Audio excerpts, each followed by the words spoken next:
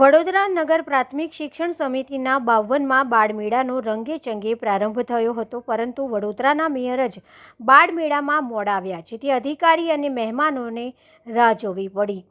Vadodara municipal corporation હસ્તકની નગર પ્રાથમિક શિક્ષણ સમિતિના 52મા બાળમેળાનો આજથી 3 દિવસ માટે કમાટી બાગ ખાતે પ્રારંભ થયો છે.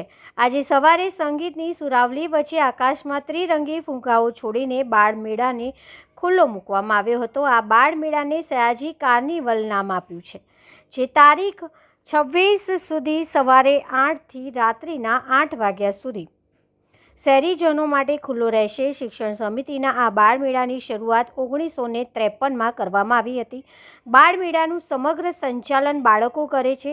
બાળકો દ્વારા યોજાતા આ પ્રકારનો બાળમેળો ભારતભરમાં સૌપ્રથમ છે. 18મી સદીના રાણી અહલ્યાબાઈ હોલકર દ્વારા શરૂ કરવામાં આવેલા કન્યા કેળવણીની જ્યોત સતત સળગતી રહે તે હેતુને ચરિતાર્થ કરતો લેસર શો પણ આ બાળમેળામાં રજૂ કરાયો છે. દર વર્ષે આ બાળમેળાની 5 થી 7 લાખ લોકો મુલાકાતે આવે છે.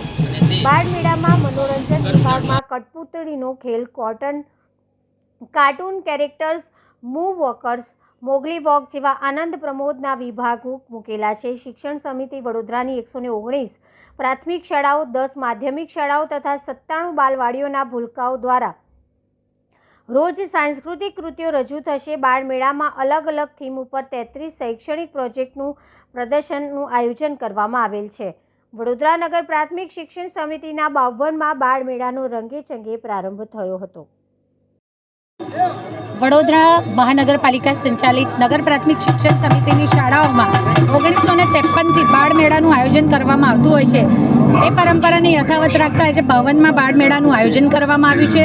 24, 25 ને 26 3 દિવસ આ બાળમેળો ચાલશે, જેમાં બાળકોને વિવિધ પ્રકારની એક્ટિવિટીઝ કરાવવામાં આવશે. જ્ઞાન સાથે ગમ્મત અને ભણતર સાથે ઘડતરની જે વાતો આપણે સાંભળતા આવ્યા છે, ત્યારે વડોદરા મહાનગરપાલિકાની નગર પ્રાથમિક શિક્ષણ સમિતિની શાળાઓ આ ઉક્તિને ખરા અર્થમાં ચરિતાર્થ કરે છે અને બાળકોને નાનપણથી જેમનો સ્ટેજ ફિયર દૂર થાય અને બાળકો પોતે પોતાના મનની વાતો પ્રદર્શિત કરી શકે અને આત્મવિશ્વાસ સાથે સ્ટેજ ઉપર બોલી શકે, તો વિવિધ પ્રવૃત્તિઓમાં એમને કેવી રીતે એક્ટ કરવું તે પણ શીખવવામાં આવે છે. હું સૌને આ બાળમેળાના આયોજન માટે અને 3 દિવસ ચાલનારા આ મનોરંજનના સંપુટ માટે ખૂબ ખૂબ શુભેચ્છાઓ આપું છું.